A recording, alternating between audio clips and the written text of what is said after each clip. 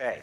Thank you to Kirby, thank you to the Garfield County Commissioners, and thank you to Grand River Health and CMU for hosting this event. It's always a pleasure to be up here. I believe this is the 4th of the 7th that I've attended, so I'm both honored and privileged to be here again to get to share some of the insights that I have on Colorado energy impacts, looking at production, jobs, revenues, and forecasts. It was a year of record oil production and gas production for both the United States and for Colorado. So I will be talking a lot about that. I don't have a lot of slides on the United States production, but the U.S. production in terms of oil was up about 17% last year. It was just under 11 million barrels per day that was produced. That was above the 1970 prior record right there. So it was really quite the year for oil production in the United States and in Colorado too. We've seen some rebounding in employment changes, but where those rebounds have occurred have been varied across the state, so very disparate in terms of what areas of the state have been recovering those oil and gas jobs and what still have a dearth of oil and gas jobs from where they might have a year or a decade ago even. Look a little bit at price and production forecasts, and of course those are a little bit more uncertain in light of some regulatory changes that we're seeing now. And then at last I'll share with you some of those ever important state severance tax dollars and revenues from FML as well, as those are very important that they get redistributed back to local governments here, many of them on the western slope. Looking at the past decade of Colorado oil production, we see that from 2010 to 2015, production almost increased exponentially. Over this period of time, we saw what was about a 30% per year on average increase over this period.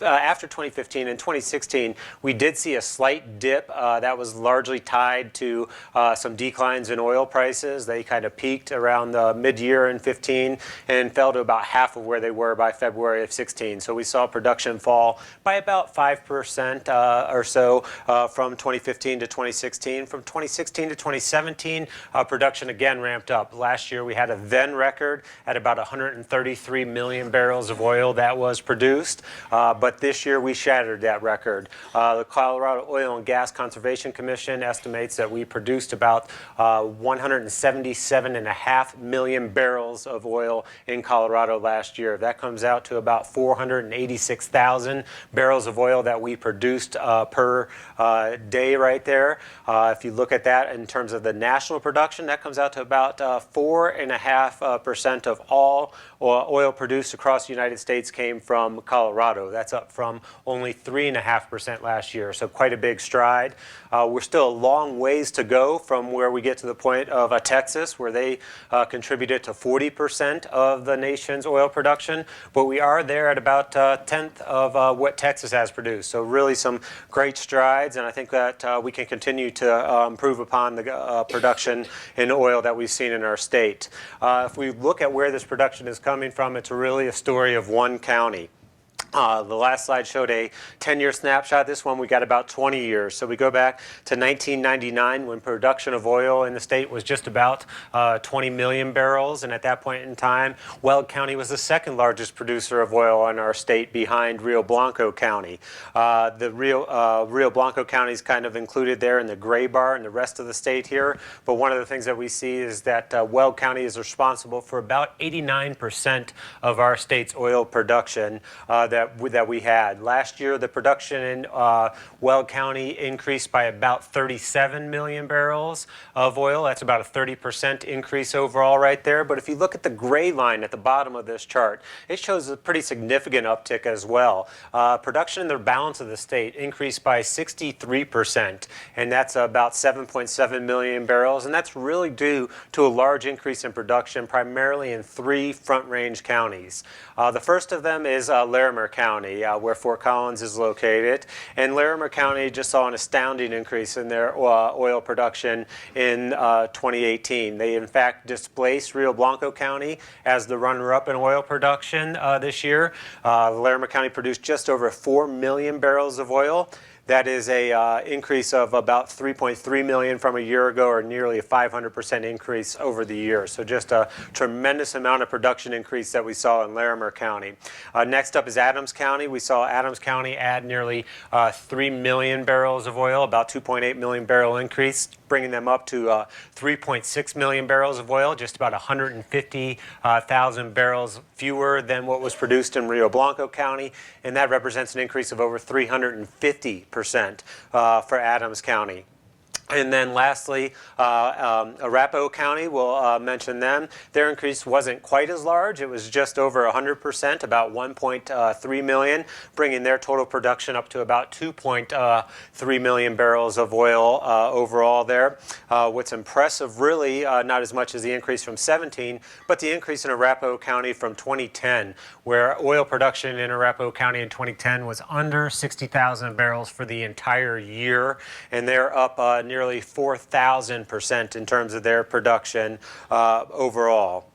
So really an incredible increase in oil production in Arapahoe County there as well. And when we look at the story of the production both in the United States and in Colorado, the production really ramped up in the fourth quarter, with the United States producing about 11 million barrels per day on average. By December, that average was just under 12 million barrels per day. In Colorado, we were producing well over 500,000 barrels per day throughout the fourth quarter. That was close to 17 million barrels per month. So you think about that, the state produced nearly 17 million barrels in the month of December, and in all of 1999, that was about the annual production right there. But when we look across the state and signal out some of this production, Adams County, although they produced over 4 million barrels, a lot of that production happened in the second half of the year. They produced over 500,000 barrels of oil in both November and December, and that's more in just 1 month than they produced in the whole year of 2007. Same to be said for Arapahoe County. Their production slowed just a touch in December, but about 160,000 barrels in December, and that's about 3 times as much as they produced in all of '07 as well. Jackson County gets a shout out here. I was sitting at the table with Jeff earlier today, and they're also a very large oil producer in our state for a very small county overall. They're sandwiched right between Larimer County to their east and Routt County to their west. And then finally, Larimer County, which I mentioned earlier, their production slowed a little bit in the second half of the year. It is a little bit slower in the beginning of 2019 from what we can see, but still more than double the amount of oil produced just in 1 month in December in Larimer than in all of 2017. Now, natural gas production also set a record both nationally and here in Colorado. Colorado's natural gas production increased at a pretty significant rate from 2002 to 2012. If we look overall in about 2000, Colorado accounted for about 4% of the nation's gas production. But by 2012, we were at 7% of the nation's gas production. Thanks to robust production back east in the Appalachian region, in the Utica, Marcellus basins, we've seen the share of Colorado's natural gas decline to about 5%. So last year, natural gas production in the United States was up about 11%, just about 1.1 billion cubic feet per day. And if we look at Colorado's total production, it was about 1.86 trillion MCF. That comes out to just over 5 billion cubic feet per day right there. So that's about 5% of the U.S. production overall.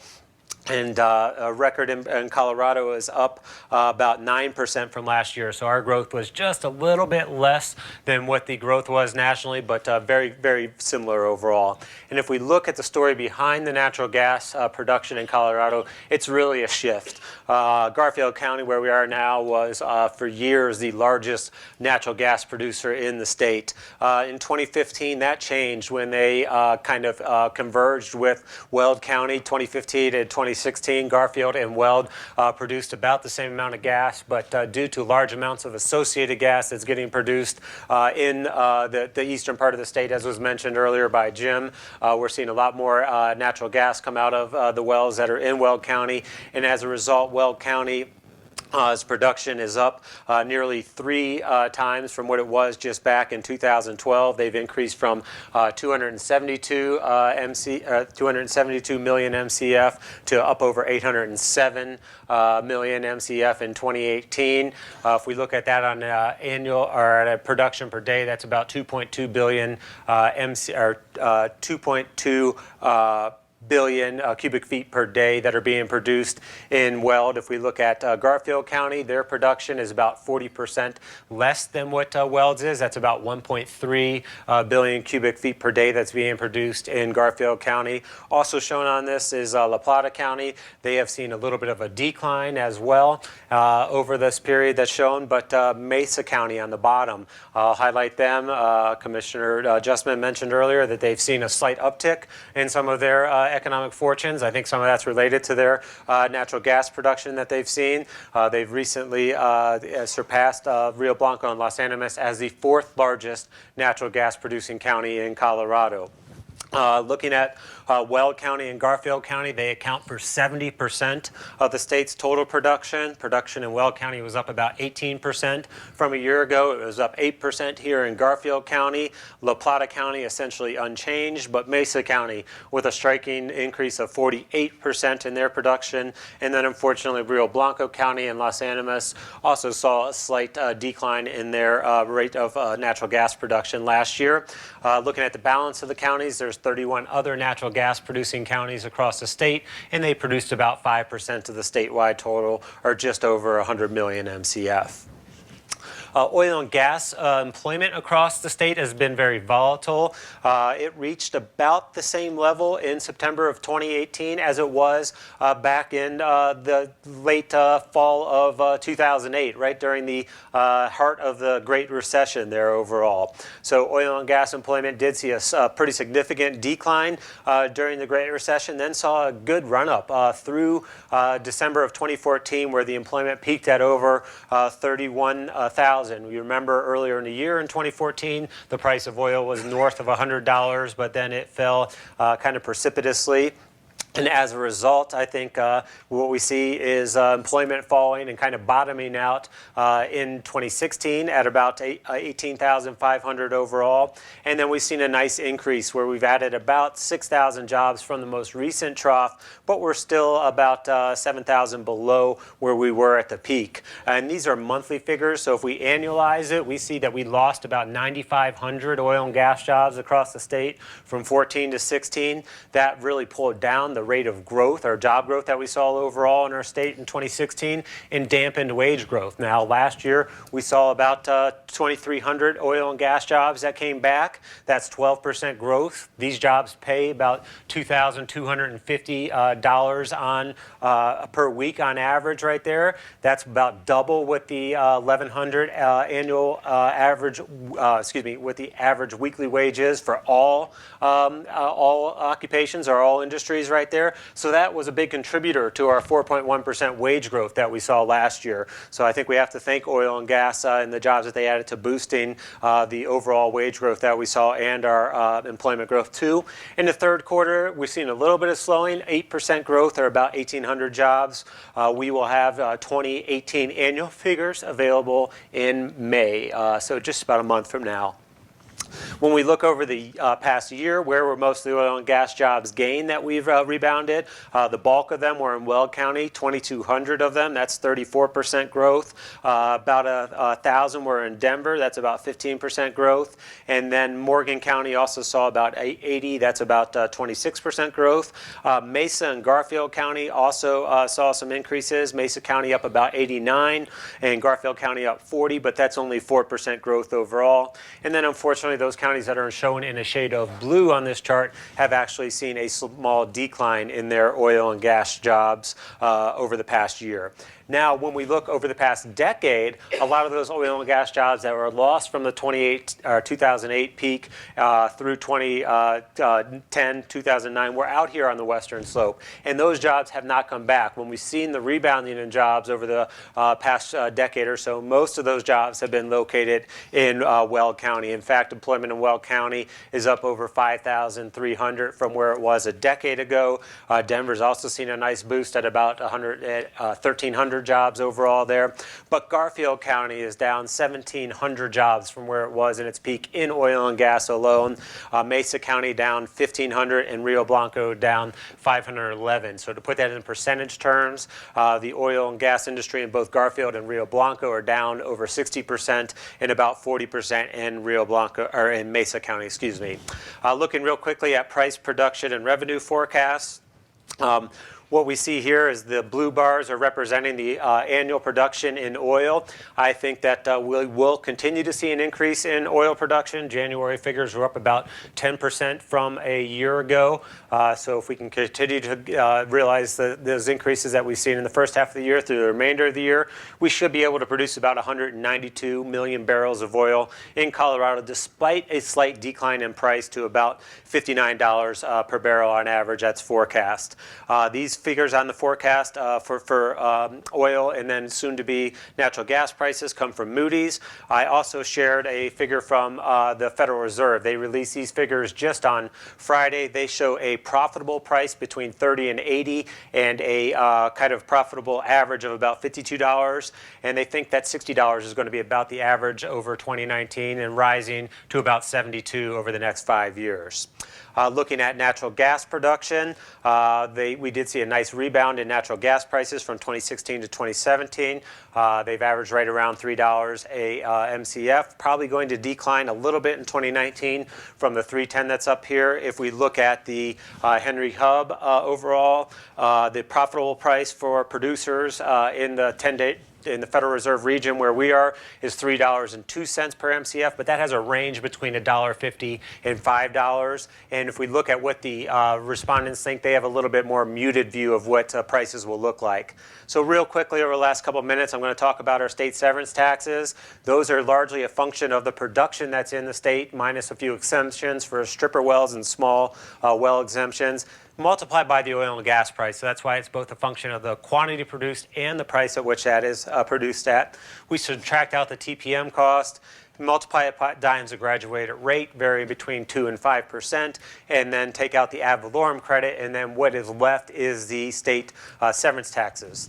The ad valorem credit is huge this year. So this just came from the Department of Property Taxation forecast. They are forecasting that the ad valorem credit will be $14.1 billion. That is a 38.6% increase from a year ago and a record overall. The residential assessment rate is set using these figures for the non-residential assessment. Gallagher puts that ratio out there into our Constitution. And so the residential assessment rate fell to 7.2% in the past assessment cycle. Many were thinking it was going to fall below 7% in this new residential assessment cycle. Thanks to this large increase in oil and gas, the residential assessment rate for the next upcoming cycle is only going to fall to 7.15%. So that is great news for a lot of the special districts, libraries, school districts that depend on this residential assessed rate there overall. If oil and gas were to remain at 10.1 billion, same level as it was a year ago, the residential assessment rate would have fallen to 6.77%. So in this case, the oil and gas industry really saved the bacon for a lot of the assessors and a lot of special districts and the like there overall. State federal mineral release revenues have been rather volatile. We see where they've emerged recently from a depressed period due to some Rome Plateau lease refunds that were worked out right there. So they are finally north of $100 million again. It should trend up slightly, about 10% in the next year or so. Looking at state severance tax revenues, they did rebound very nicely from a couple of fiscal years where they were incredibly depressed, right around $20 million. The past fiscal year was $143 million. The current forecast is for $217 million. We'll see when the April collections come in. Those are usually a very big year with about 30 to 40 million in collections that roll in that year. So we'll be keeping a keen eye on how the April collections come in, because that would really determine how close this fiscal year comes to that nearly $220 million forecast, or if it exceeds that. You will notice that due to the large ad valorem credit that was due to the high assessed values in oil and gas, that the severance tax dollars fall significantly to about $110 million in the forecast in the next fiscal year, before rebounding back to about $200 million in the 2020-2021 2021 fiscal year. So I know I only have left myself a couple minutes left for questions. I kindly yielded a few minutes of my time to Kirby and Jim so that all 181 questions would be handled by the previous presentation right there. But if you have any questions, I welcome them now. If I don't have a chance to take them, I encourage you to shoot me an email or give me a call. I'll also be around for the remainder of the conference. So grab my arm and I'll happily answer any questions that I have. I'll also mention real quickly that I have a couple of my colleagues here in attendance too. Kimberly Bolin is the regional manager out here. So Kim can also be a great resource for a lot of local governments out here, can help answer a lot of your questions on direct distribution or energy impact grants there. And then my executive director, Rick Garcia, will also be up addressing you in about 2 hours and can take some questions then as well.